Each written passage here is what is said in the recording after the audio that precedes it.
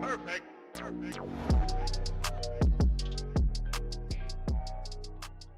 Hey, what is going on YouTube? It's your boy Tylord, and I am finally back with more Let's Play World of Warcraft: The Burning Crusade. This is episode 40, and I'm going to be doing this episode's post-production, recording, voiceover a little bit differently than the previous episodes, so strap in and enjoy the ride.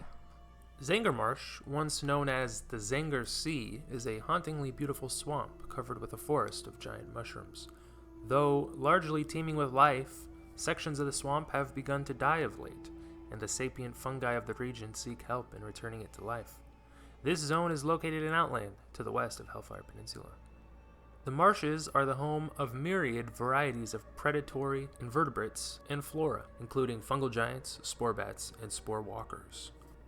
Zangarmarsh is described as the place where Velen and his surviving followers hid after the Orcish genocide and waited until their raid on the Exodar. Presumably, it was either the Zangar Shore or Zangara, as they were the two closest marshes to Shattrath City. It is also where Akama led his followers, though it seems he and his people later moved east to Hellfire Peninsula, where they built the Draenei village.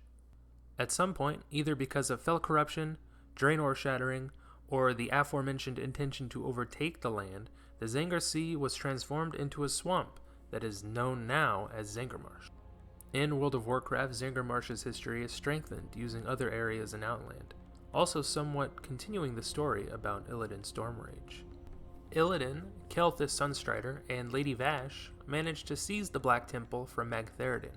As part of his conquest, Illidan closed down several dimensional gateways used by him to bring demons from the Twisting Nether. In World of Warcraft, it is revealed that one of these gateways was actually located in Zangarmarsh. Illidan was originally planning to hide in the Black Temple from Kil'jaeden after failing his task of killing the Lich King by destroying the Frozen Throne. It was apparently still an easy feat for Kil'jaeden to find him, and he offered Illidan a second chance to destroy the throne. After Illidan failed his task once more, Kel'Thas and Vash picked up his beaten and unconscious body with them as they fled back to Outland. Kel'Thas decided eventually to turn away from Illidan and join Kil'jaeden, but Vash stayed loyal. She and most of her forces, Illidan's Naga, settled in Zangarmarsh, where they began to drain its waters, collecting it in the Coilfang Reservoir. Their exact reason for doing so is somewhat unclear. One theory is that they're attempting to control Outland's sparse amount of water. Another is that they're planning to make a new Well of Eternity. Zangarmarsh is also facing danger from the Angorosh tribe, a group of ogres led by Overlord Gorfist. They are likely coming from northern Blade's Edge Mountains and are for some reason cutting down the giant mushrooms.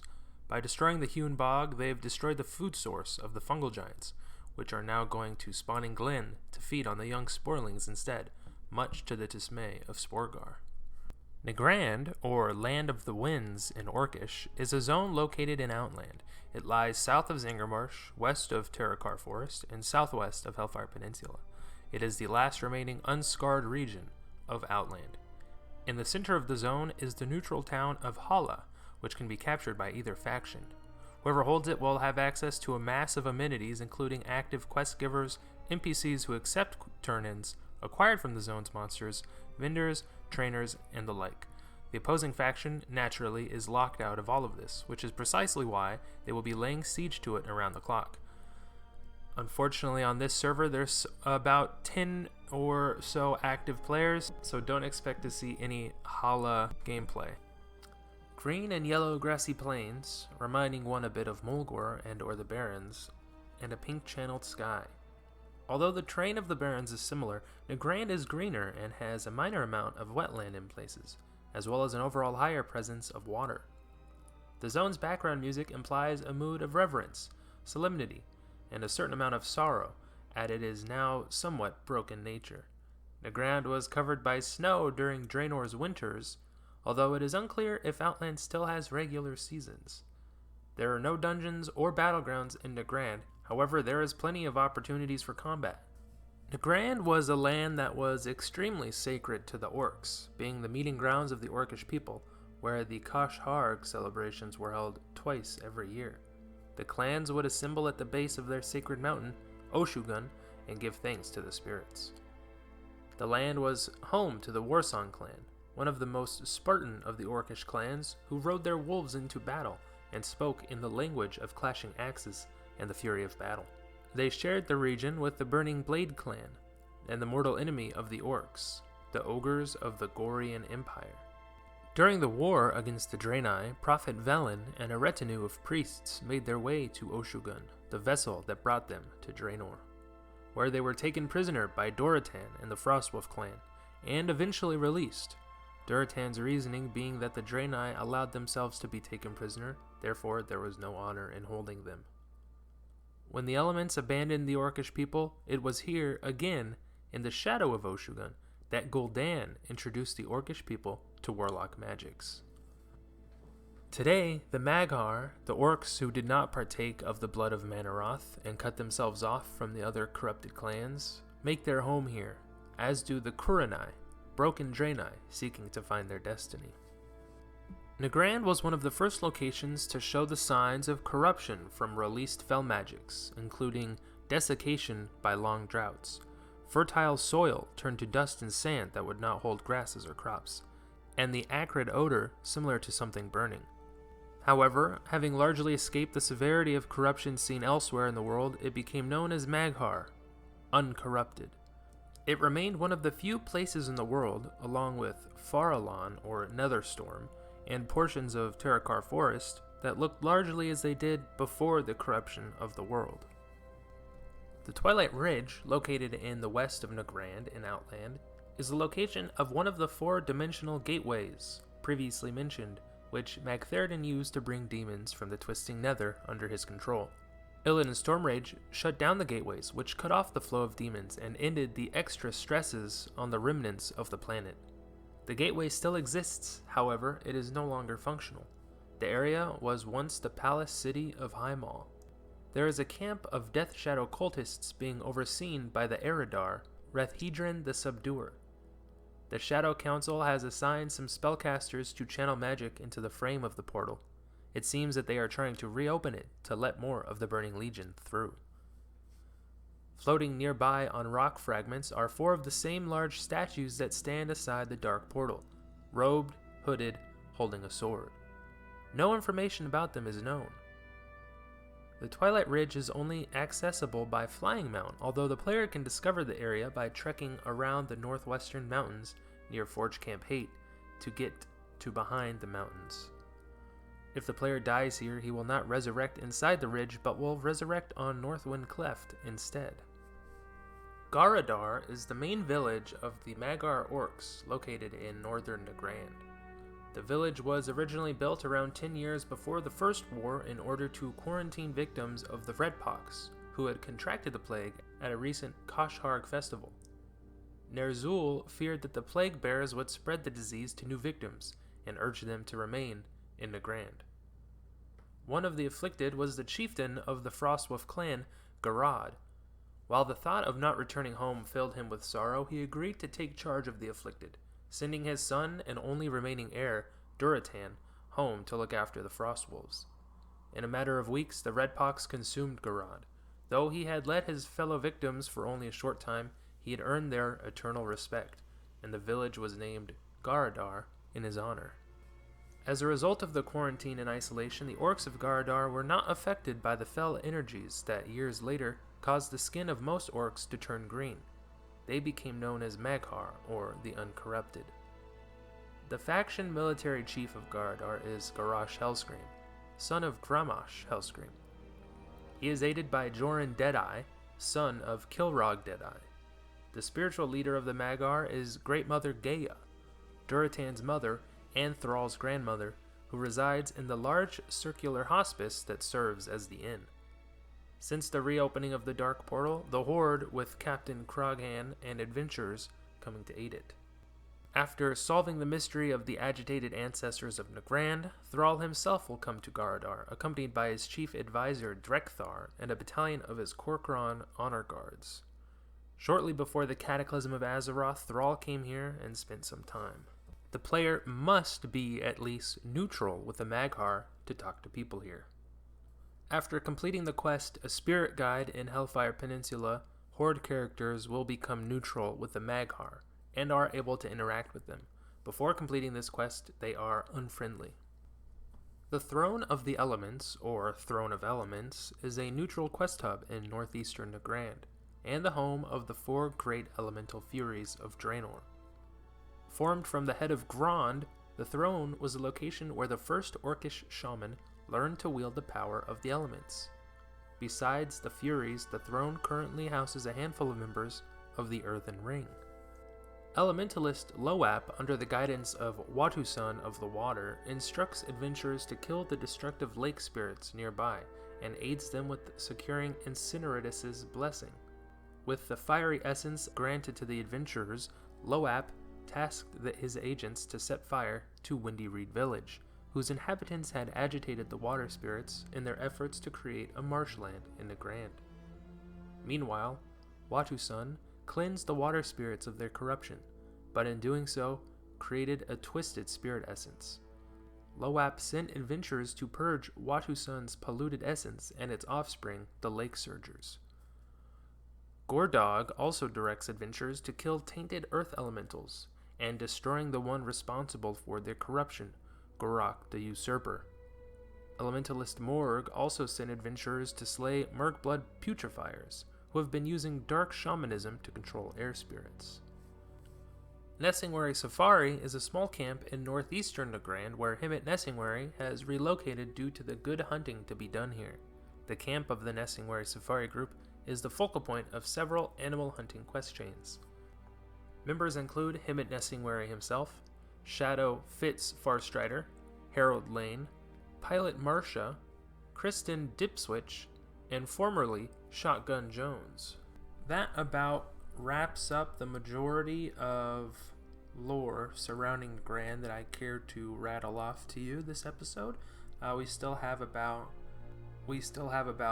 7 minutes left that I will fill. Hopefully there won't be too much dead air in between, but as you can see here, we will be killing many NPCs like I have been doing before, many mobs. Talbuks, Clefthoofs, Windrocks. I believe I've already killed the Windrocks for the quest Windrock Mastery, but each of the Himmet Nessingwary quests, and there's 3 chains, Talbuk Mastery, Clefthoof Mastery, Windrock Mastery, require us to kill 30 mobs, so 30, 30, 30, and then there's a follow-up which is again 30, 30, 30, and then the third and final of each of the chains is to kill one elite Talbuk, one elite Clefthoof, one elite Windrock, which I don't believe I do this episode, and I probably am not able to even do it next episode. I believe I've tried soloing all 3 of them, and the closest I come to is being able to solo the elite Clefthoof. I think his name is Banthar, but it's pretty much like no dice, you know.